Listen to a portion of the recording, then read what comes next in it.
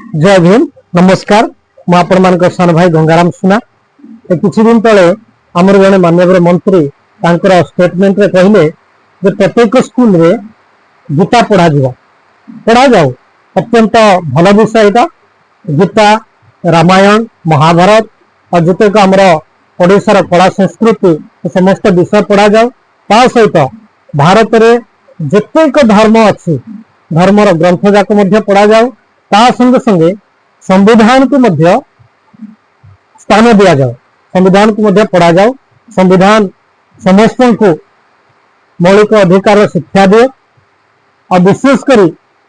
सरकार नीति पर प्रश्न सृष्टि करिवार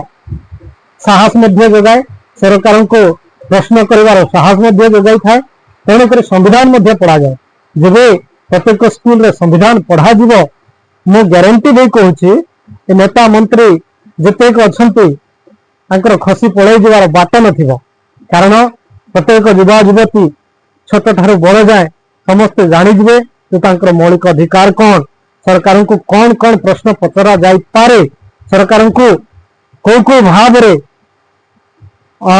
घेरा जाई पारे तेणुक समस्त विषय पढ़ा जाओ खाली गीता कहीं गीता पढ़ा जाओ रामायण पढ़ा जाओ महाभारत पढ़ा जाओ सब पढ़ा जा संगे संगे संविधान पढ़ा जाओ जय संविधान जय भारत।